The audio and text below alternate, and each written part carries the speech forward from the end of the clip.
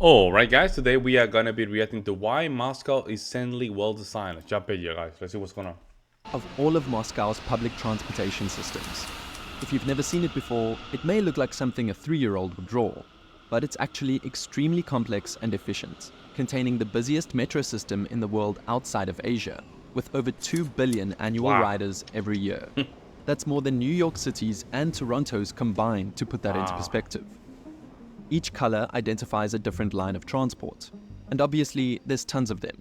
But first we're going to focus on these 3 circles. The Bolshaya Koltsevaya line in teal, the Moscow Central Circle in red, and the Koltsevaya line in brown. These 3 transit lines are all orbital lines, meaning they obviously go in circles. And this is extremely important for the geniusness of Moscow. See, orbital lines play a major role in major metro systems, allowing for more direct travel between different parts of the city. Without them, a purely radial system forces passengers to move inwards to the city center to change lines, and then head back outwards, making journeys longer, less efficient, and also overburdening central stations. Now, I'm not saying Moscow's the only city doing this or anything. I mean, London's Circle Line, Berlin's Ringbahn, Tokyo's Yamanote Line, and Shanghai's Line 4 all do the same things as well. But none of these cities have the unique, multi-layered system that Moscow has.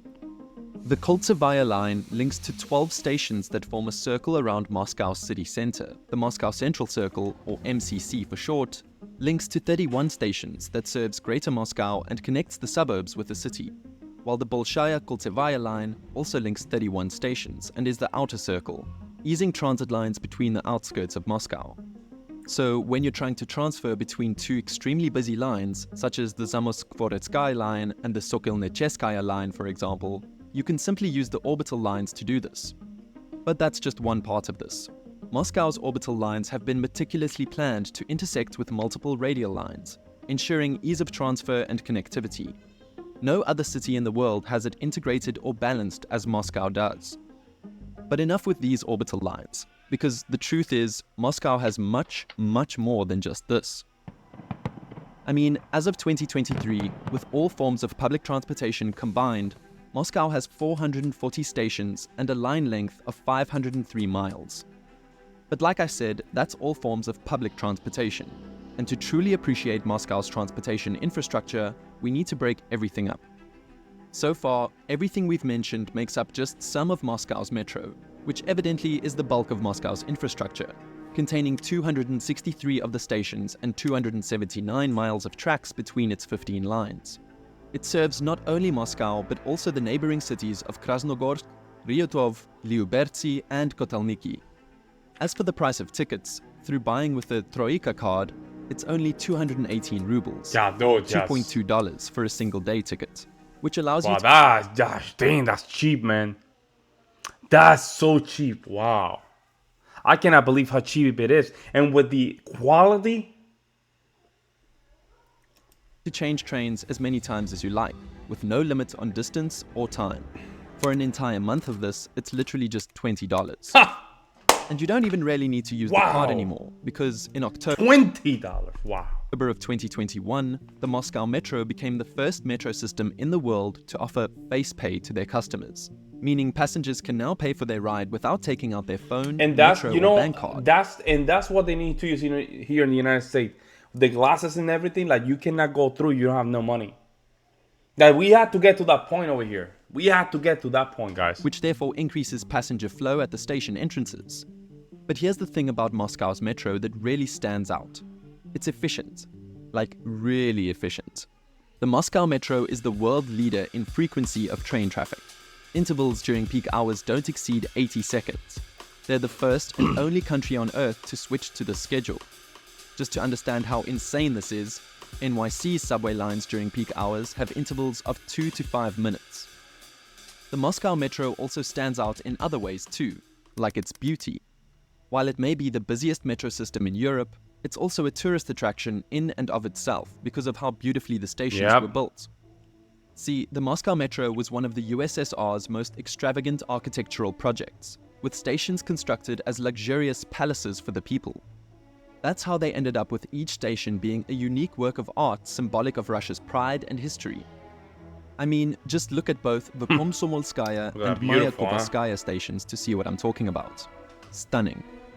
The big flaw in this metro, though, is the fact they only run from 5:30 a.m. to 1 a.m., leaving a 4.5-hour gap of nothingness, where the only way to get around Moscow at these hours is with taxis, 9 bus routes, and 1 tram route. To be fair, this is for maintenance, but when you compare it to, say, New York City subway that runs 24 hours a day, 7 days a week, you have to deduct a few points for this.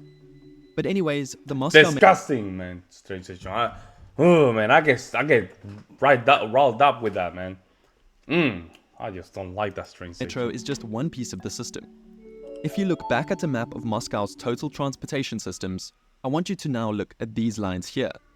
Now, obviously, this map includes future plans till the end of 2026, so not everything on here is complete. But of these 5 lines, these 4 are complete, with this last one to be complete by 2026. Regardless though, they make up the Moscow Central Diameters, or MCD for short. Beautiful too. They stretch all across Moscow, essentially bridging the gap in between the metro and longer distance regional trains with 188 miles of lines. It's the rapid transit solution for suburban commuters, offering a direct route for these passengers without requiring them to navigate through the central metro hubs. And I mean, they're extremely important. After the first 9 months of opening up, their passenger traffic was already over 100 million individual journeys. Next, we have the buses. As metro stations outside the city center are far apart in comparison to other cities, a bus network radiates from each station to the residential zones. So, every major street in the city is served by at least 1 bus route, with an annual bus ridership of 800 million to 1 billion every year. That's more than New York City's and Los Angeles's combined. Moscow's also been switching to electric buses. In fact, they have the second largest fleet of them in Europe, behind London at 1,050 buses. By 2030, all the buses in Moscow are planned to be fully switched over to electric too. Then there's the Moscow trams. This is a map of them.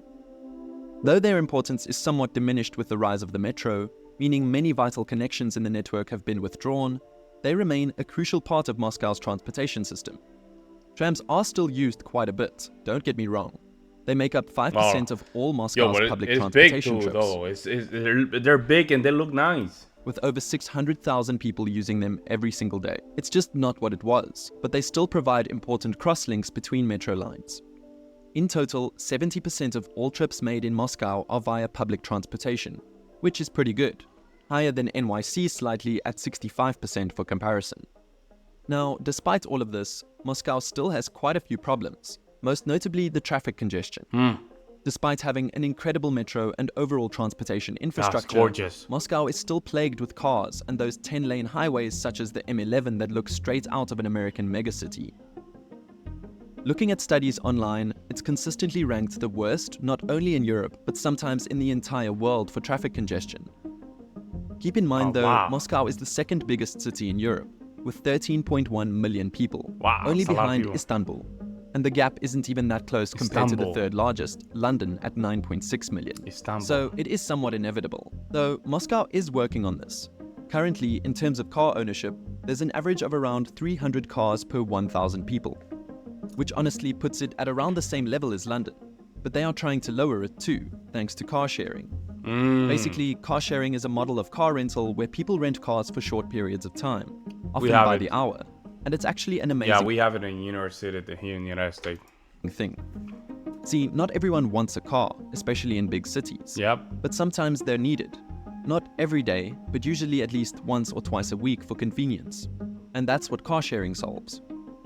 Moscow has the biggest fleet in the world for this, with over 30,000 cars providing more than 150,000 trips every day. It's insanely cheap too, ranging from just 3 to 20 US cents per minute.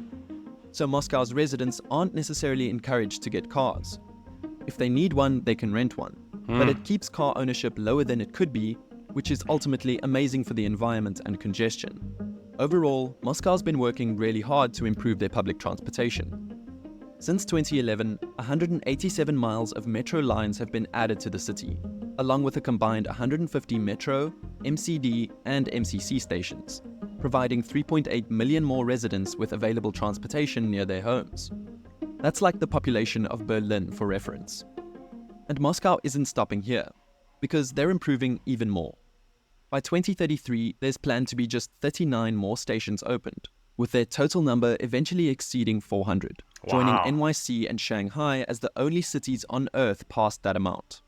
So, all in all, Moscow is pretty well designed and connected in an efficient way.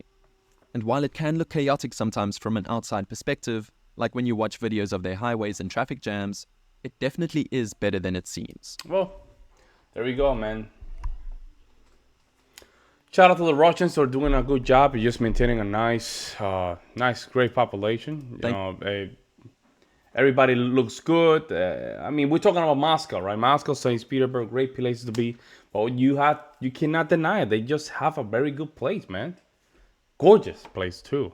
And that train station, like, it's just a piece of art in itself. It's like a ballet. Man, let me know what you guys see in the comment section below. Like always, guys, I will see you in the next one.